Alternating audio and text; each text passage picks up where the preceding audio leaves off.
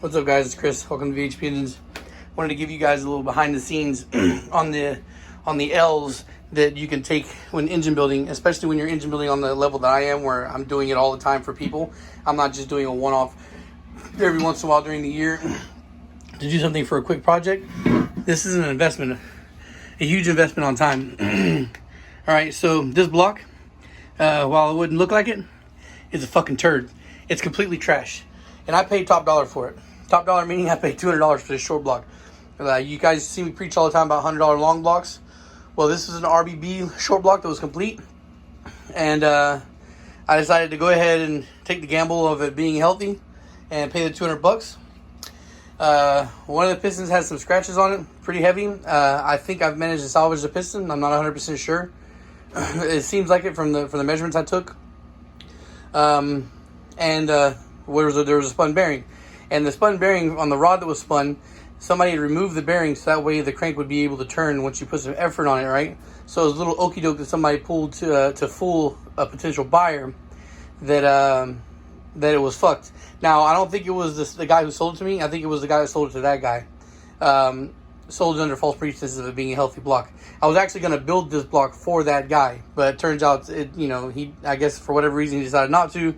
And it turns out this thing is a big piece of shit. So when I went to go take it apart, I take it apart and I find out it's spun or whatever. I was like, okay, fine. I lost a crank. I have a surplus of K24 cranks, so I wasn't too mad about that, even though I paid more than I normally would. But I was like, okay, fine. I'll take that loss. Now, when I go to pull the crank out of this motherfucker, it's giving me some heavy resistance. Now, I didn't really think too much of it at the time, but it was strange. Sometimes I get a little stuck, but not stuck like this was. Stuck where I honestly had to use my rubber mallet to help get it out. So I spent hours yesterday prepping this block. I fucking honed the fuck out of it. It needed the extra hone work, so I honed the fuck out of it. Cleaned the fucking deck up real nice. Pressure wash the block. And I get it all prepped up and ready to reassemble. And the crank doesn't go in. And I'm like, yo, what the fuck? What the fuck's going on here? And then, I'm looking at it, and it's hitting the thrust washers. I always make sure I'm really delicate, and I focus on leveling over the thrust washers, because if you bump them, they can fall out of place because the crank is heavy. So, I was like, okay, but that's way more resistance than it should be.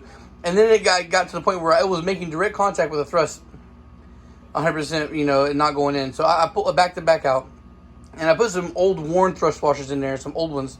Come out of an older engine, and I put those in there, and it went in this time, but it went in like it was 100% contact with the thrust washers and zero in play on the crank. I was like, oh my god, what the fuck could cause that besides the mains being warped? And but it really didn't make 100% sense to me, so I backed it out again, and I backed out the crank again, pulled out the fucking the thrust washers, and put the crank in place without the thrust washers in there, right? So that way it would have a little bit of wiggle room to get in there and be able to move. So even with the thrust washers gone, there's still no in play on the crank, and it barely rotates. So journals are fucked. Whatever happened to this, they really ran the fuck out of this block to destruction. Like I don't know, maybe it's just something with the K series being like one mated surface, like one continual journal, it being the way it's designed is why it fucked it up like that. But for me to line hone this block, it's $250. It's more than the block is worth. So when you guys, talk about, like, the reason why it frustrates the fucking hell out of me when somebody goes, oh my god, that much money for just a short block? Like, you guys have no idea, like, how much fucking time, effort, and money goes into this stuff. Like I said, I'm not doing a one-off. Like, if I'm buying a $100 short block and doing it for myself or whatever, it's not that big a deal, But I got to do the labor. And this also goes into the labor. I'm literally going to do this job twice for this guy, This block went through the entire prep phase, got prepped and all that shit, and I can't use it. So all that time I spent yesterday on this block, it's out the window. And now I have to get another block, and thankfully I got two that night that I got this one.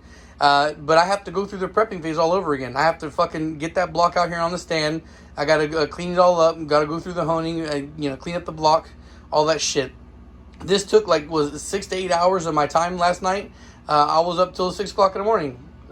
Beyond that, because I was up when my wife got up to get the kids ready to go to school. I was still up doing the engine work, and also I was working on that fucking head.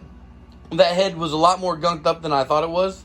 So there's two things I'm going to do. One now, right now is I'm going to go out back before I go to work and get the other K24 block I have and mount it on the stand. And I'm going to grab one of the other RBB heads I have because I'm pretty sure the other two I have are fucking spotless. So I'm going to go ahead and bring the other RBB inside, measure it up, make sure it's straight. That's what I'm going to start doing from now on because I'm going to really start pushing the sell on heads because I have a lot of heads sitting around that aren't getting used. So I figured I'm going to start trying to move them out. So every time I get a head from now on, I'm gonna go ahead and clean up the head surface, the mating surface, and straight edges. So that way, I'm not guessing whether it needs to be cut or not. I'm gonna know already. So I'm gonna go do that real quick, and then the other head I have, I'm gonna take it to work with me because I got all the big chunks out of it. So now it's just kind of like leftover stuff in the places where my fingers just can't get, and I'm gonna take it into the wash tank with the brush and see if I can't get that clean. So there's that, and man, it's just, there's a lot of shit that goes into this stuff, man. A lot of stuff. Even me getting a block, I might be getting a block that needs to go to the machine shop, and I can't just keep buying blocks, hoping to find the one of them that's gonna have a healthy enough bore as is to run. So there's a lot of shit that goes into this stuff, guys. And when you're talking about how much money I'm charging when I'm barely making profit. Honest to God, the only thing that really makes the engine building profitable is me charging $500 for the core. If I don't charge $500 for the core, I'm making next to no money on labor. Labor is only $350 for a short block assembly, guys. And this is hours and hours and hours of work that goes into assembly because the prep time is the most expensive, is the thing where you lose all the money. That's why, like, the last couple of weeks, I was spending a lot of extra time gapping rings. But to be honest, it's nice to spend the extra time gapping rings, knowing that I don't have to do all this prep work for the block. Like, the block is fresh back from the machine shop. It's cleaned. It's bore and honed. It's all straight. Everything's ready to go. I just need to assemble it.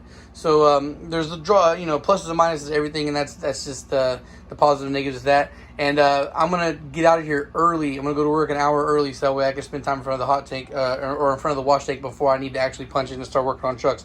So, guys, like I told you, I'm constantly working on this shit. And you may not always see quick results, but it doesn't mean that I'm not moving behind the scenes. All right, guys, social media links are in the description down below. Thanks for watching, and peace.